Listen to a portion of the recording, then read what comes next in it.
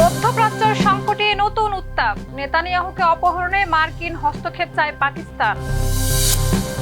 তেল রাজনীতিতে নতুন মোড়, জাহাজ জব্দে আলোচনায় ভেনেজুয়েলা যুক্তরাষ্ট্র। বাংলাদেশ পাকিস্তান সম্পর্কের নতুন অধ্যায়, আঞ্চলিক নিরাপত্তা নিয়ে উদ্বিগ্ন ভারত। গ্রিনল্যান্ড নিয়ে ফের বিস্ফোরক দাবি ট্রাম্পের, রাশিয়া চীনের প্রভাব ঠেকাতে দেশটির মালিকানা চাইছেন ট্রাম্প।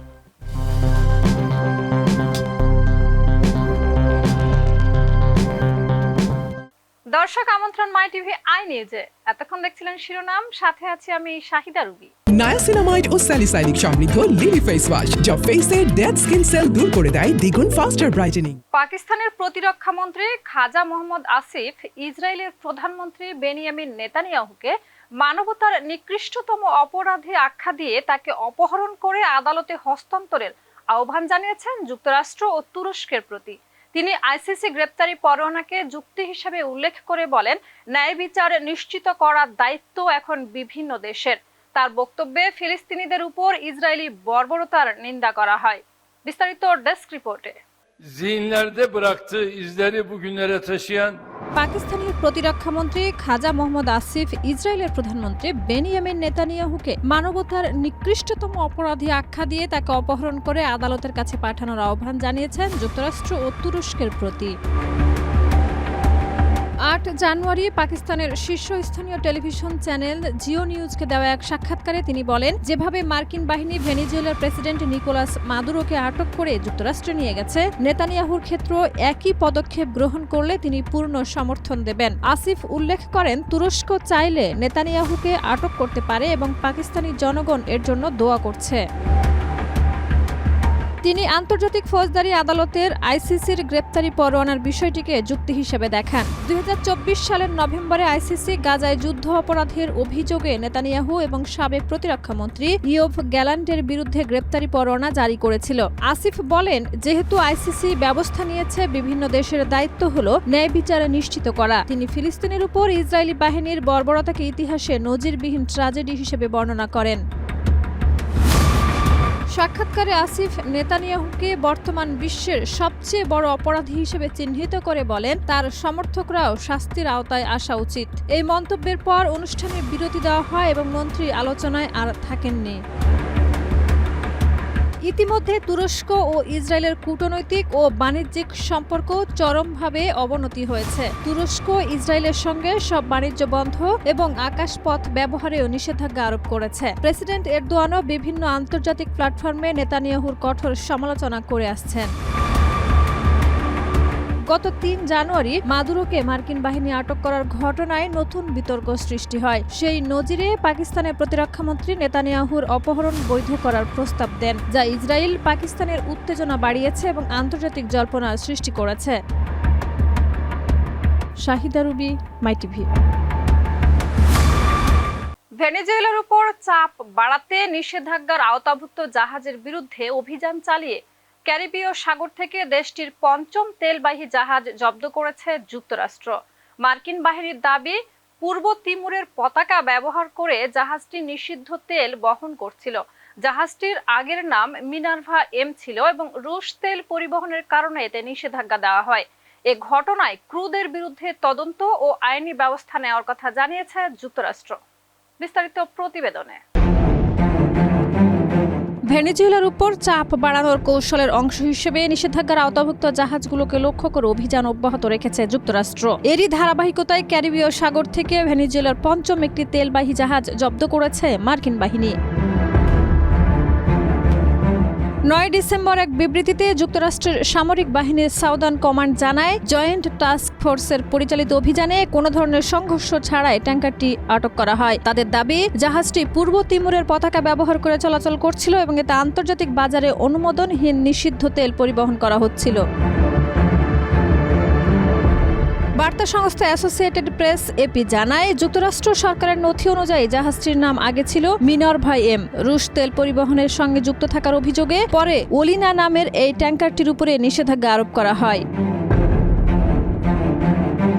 এদিকে যুক্তরাষ্ট্রের বিচার বিভাগ জানিয়েছে উত্তর আটলান্টিক থেকে জব্দ করা জাহাজটির ক্রুরা কোস্টগার্ডের নির্দেশ অমান্য করেছে কিনা তা তদন্ত করা হচ্ছে। এ ঘটনায় তাদের বিরুদ্ধে আইনি ব্যবস্থা নেওয়ার প্রস্তুতিও চলছে।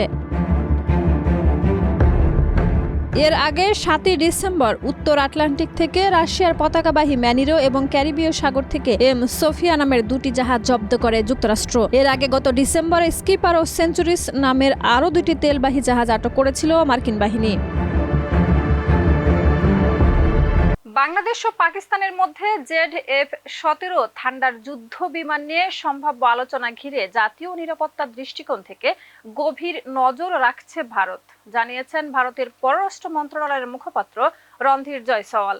তিনি জানান, ঢাকা করাচি সরাসরি ফ্লাইট সহ বিভিন্ন চলাচল সংক্রান্ত বিষয়গুলো বিদ্যমান চুক্তির আওতায় নিষ্পত্তি হবে। আরও থাকছে প্রতিবেদনে। বাংলাদেশ ও পাকিস্তানের মধ্যে JF-17 থান্ডার যুদ্ধবিমান কেনা নিয়ে সম্ভাব্য আলোচনা এবং এর ফলে সৃষ্ট পরিস্থিতির উপর গভীর নজর রাখছে ভারত। একথা জানিয়েছে নয়াদিল্লি। ভারতের মতে জাতীয় নিরাপত্তায় প্রভাব ফেলতে পারে এমন যে কোনো বিষয়ে তারা সতর্ক দৃষ্টি বজায় রাখছে। 9 জানুয়ারির সাপ্তাহিক সংবাদ সম্মেলনে ভারতের পররাষ্ট্র মন্ত্রণালয়ের মুখপাত্র রণধীর জয়সওয়াল এ মন্তব্য করেন। বাংলাদেশ বিমান বাহিনীর প্রধান হাসান মাহমুদ খানের সাম্প্রতিক ইসলামাবাদ সফর এবং সেখানে যুদ্ধবিমান নিয়ে আলোচনার প্রশ্নের জবাবে তিনি বলেন, জাতীয় নিরাপত্তার সঙ্গে সংশ্লিষ্ট সব পরিস্থিতি ভারত নিবিড়ভাবে পর্যবেক্ষণ করছে। is a matter of grave concern.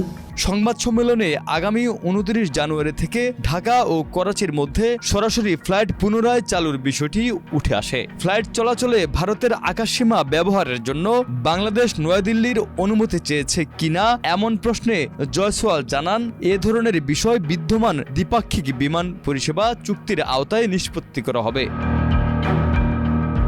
বাংলাদেশে সংখ্যালঘুদের উপর হামলার প্রসঙ্গে ভারতের অবস্থান তুলে ধরে তিনি বলেন, উগ্রবাদীদের মাধ্যমে সংখ্যালঘুদের ঘরবাড়ি ও ব্যবসা প্রতিষ্ঠানে বারবার হামলার একটি উদ্বেগজনক প্রবণতা লক্ষ্য করা যাচ্ছে। এসব সাম্প্রদায়িক সহিংসতা দ্রুত ও কঠোরভাবে মোকাবেলা করা জরুরি বলেও মন্তব্য করেন তিনি। রণধীর জয়সওয়াল আরও বলেন, এসব সহিংস ঘটনাকে ব্যক্তিগত শত্রুতা, রাজনৈতিক বিরোধ ও অন্যান্য অপ্রাসঙ্গিক কারণে ব্যাখ্যা করার একটি উদ্বেগজনক প্রবণতা দেখা যাচ্ছে, যা উগ্রবাদী ও অপরাধীদের উৎসাহিত করে এবং সংখ্যালঘুদের মধ্যে ভয় ও নিরাপত্তাহীনতা বাড়ায়।